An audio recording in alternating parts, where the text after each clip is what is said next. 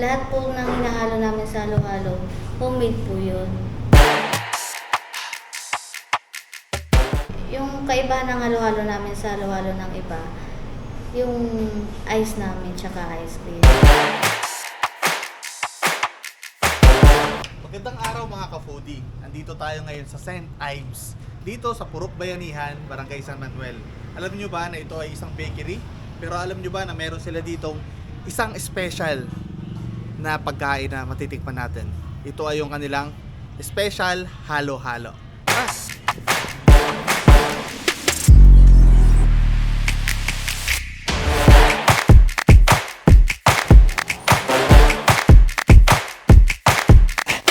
Pero alam mo ba sa St. Ives, naklasan namin na hindi lang siyang tinapay.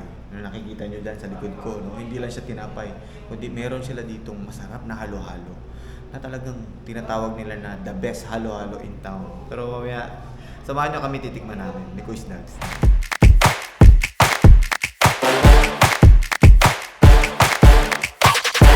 Yung special halo-halo namin, 120 tsaka yung mais con yelo. Yung ibang flavor na po ng halo-halo namin, 150 na po yun.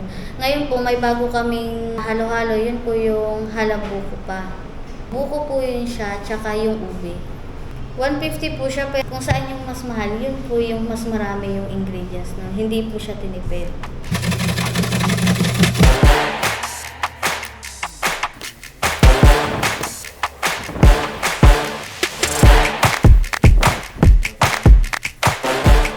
Hindi na mga ka-foodie ang ating halabuko at saka mango graham. Hola! Hola mga ka-foodie. Ito na. Yung Bago, Brad. bagong labas na halo-halo. Mga ka-food trip pala. Titikman natin. Grabe, ito yung overload talaga. Ang tawag dyan ay ubi makapuno at buko. At saka ngayon ko lang ito matitikman yung may buko na may ube. Yan sa'yo.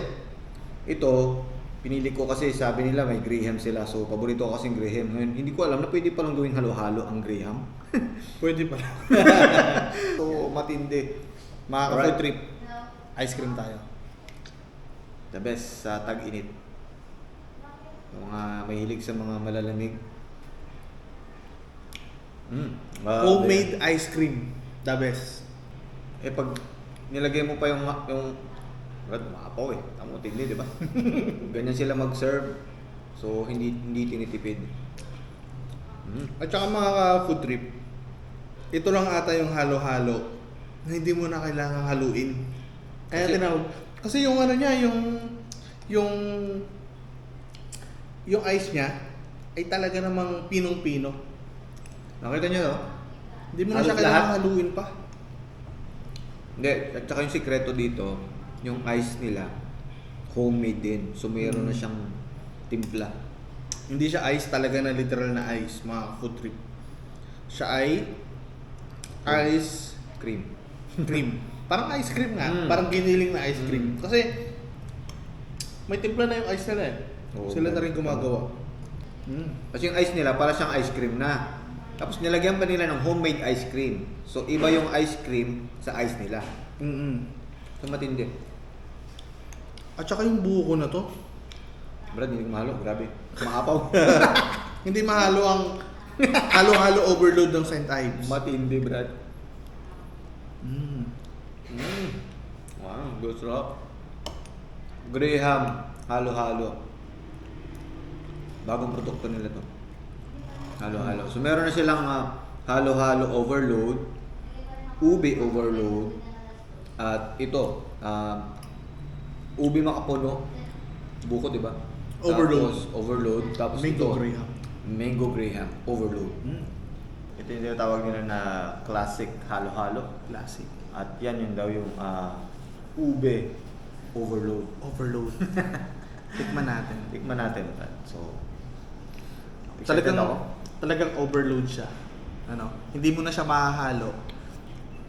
One of the best, man. Ito yung ube buo na buo talaga. the Tikman best, natin. bro. The best.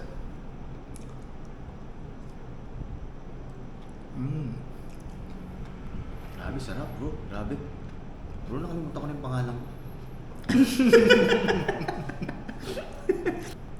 Itong gamit nila dito na ubi talaga. Yeah. Kasi yung iba gumagamit ng sa iba, parang powder, something. Ito talaga homemade na ubi talaga. Kasi itong sa akin, yung ube overload nila, yan ang ubi talaga lahat. Tamo, grabe oh. Yung ginamit na ice ay ube. Wow. Ubi talaga siya. Oh, hindi talaga siya bro. Ito naman bro, kung mapapansin mo, may ricados na sa ilalim. Tapos, palaman nito yung ice cream na halo-halo na ano yung ice nila. Which is homemade Tapos, tinambakan pa sa taas ng toppings. Grabe bro. Sabi, nasusurpresa ako eh. Nasa taas pa lang ako pero sold na sa sarap. Grabe, nasa taas pa lang ako. Feeling ko kanina pa ako kumakain pero parang walang bawas. Overload talaga. Hindi ko nga mahalo eh. Ito yung gusto kong halo-halo. Kumbaga, Mga krema. makrema. Tingnan nyo naman itong mga food trip oh. Sulit na sulit yung laman, di ba? Hindi tinipid. Sabi talaga siya. Ngayon naman choice box. I-rate na natin. 1 to 10. Ikaw. Brad, tayo na ko Brad. Wala akong masabi. First Dads approve. Oo. 10 out of 10. Yeah. Para sa akin, out of 10, 10. 10, Brad. 10. 100%. Sobrang sulit yung ibabayad mo. Highly recommended. Highly recommended to. Hindi ka Napakasarap. sulit ka, Brad. Tikman nyo na mga ka-food trip. Okay? Ang pangalan po ng page namin, St. Ives. Doon lang po, pwede kayo mag-message doon. Doon kayo mag-order. Tapos kung gusto nyo po ipa-deliver, magbubuk po kami ng mga rider. Mayroon po kaming Food Panda, Happy App, pwede rin po sa my page namin. Or mag-call kayo sa number namin dito. Yung halo-halo po namin, kami rin po yung nag-prepare.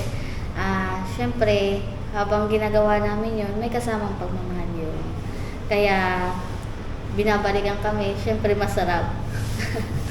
Okay, mga ka-foodie. Sa mga trip at gustong-gusto maghalo-halo, visit lang kayo dito sa St. Ives. Matatagpuan siya sa Barangay San Manuel. Purok Bayanihan. So, malapit lang daw sa Balagong Pawn Shop at Talipapa. So, the best. Alright. Siyempre mga food trip, please don't forget to like and share ng ating videos na ito for more food reviews. Maraming